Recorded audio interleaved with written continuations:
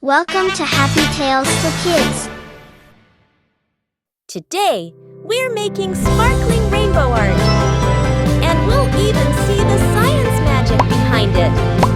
Here's what you need: glue, salt, and colors. First, draw with glue. Sprinkle salt on top. Then shake the extras away. Now add tiny drops of color and watch them spread like magic. That's called capillary action.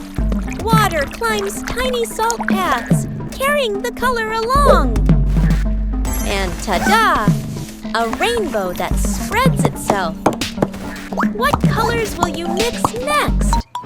My rainbow is ready. Try your own colorful mix at home.